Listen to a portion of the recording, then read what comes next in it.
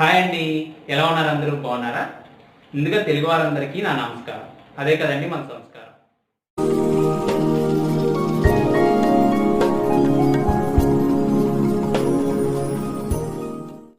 ఈరోజు ఎపిసోడ్లో గుత్తొంకాయతో ఒక మంచి రెసిపీని తయారు చేస్తున్నానండి. ఈ గుత్తొంకాయ కూరని రెగ్యులర్గా మనం అందరం ఇంట్లో తయారు చేసుకునే విధంగా కాకుండా కొంచెం డిఫరెంట్గా ట్రై చేద్దాం ఈసారి. ఈ కూర వేడివేడి అన్నంలోకి పొడి పొడిగా కలుపుకుని తింటే చాలా టేస్టీగా ఉంటుంది. అలాగే పప్పు, సాంబార్, రసంలోకి కూడా మంచి కాంబినేషన్. నోరూరించే గుత్తొంకాయ కూరని ఎలా తయారు చేయాలో ఇవాళ ఎపిసోడ్లో చూద్దాం.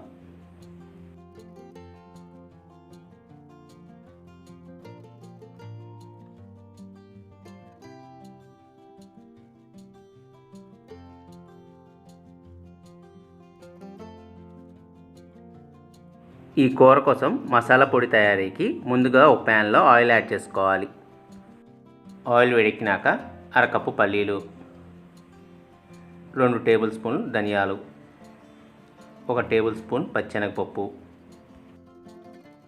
1 టీ స్పూన్ జీలకర్ర, అలాగే 4 నుంచి 5 ఎండుమిరపకాయలను వేసుకొని లైట్గా ఫ్రై చేసుకోవాలి. ఇవి కొంచెం వేగిన తర్వాత ఇందులోకి 1/2 కప్పు ఎండు కొబ్బరి ముక్కలు, అలాగే కొద్దిగా చింతపండును కూడా వేసుకొని ఫ్రై చేసుకోవాలి. చివరగా 1/2 కప్పు నువ్వుల్ని యాడ్ చేసుకోవాలి. నువ్వులు ఇప్పుడు చివర్లుగానే వేసుకోవాలండి, లేదంటే తొందరగా ఫ్రై అయిపోతాయి. ఈ నువ్వులు కూడా ఫ్రై అయిన తర్వాత స్టవ్ ఆఫ్ చేసి దీన్ని చల్లారబెట్టుకోవాలి.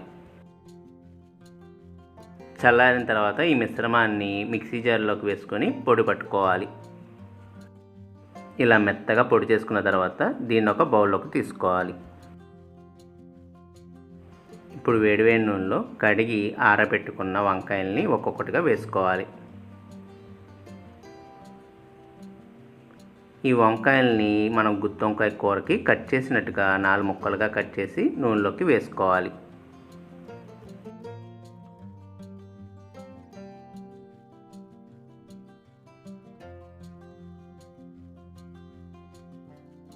ఈ వంకాయలన్నిటినీ నూనెలో అన్ని వైపులా తిప్పుకుంటూ ఫ్రై చేసుకోవాలి.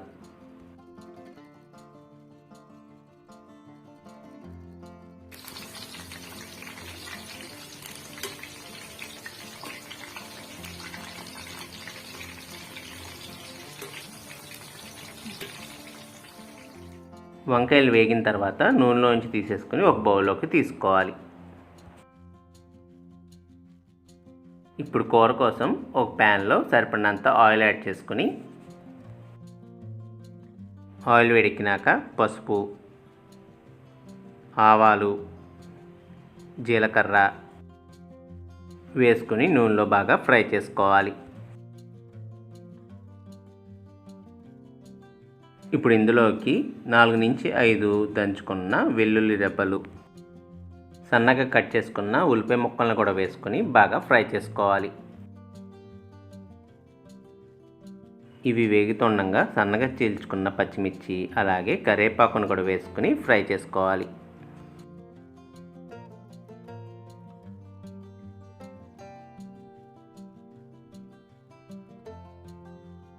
ఇప్పుడు ఇందులోకి 1 కప్పు మెంతికూర ఆకుని యాడ్ చేసుకుని ఫ్రై చేసుకోవాలి.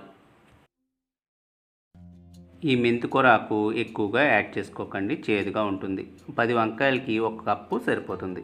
ఈ ఆకు బాగా ఫ్రై అయిన తర్వాత మనం ముందుగా నూనెలో ఫ్రై చేసుకున్న వంకాయల్ని ఒక్కొక్కటిగా కూరలోకి యాడ్ చేసుకోవాలి.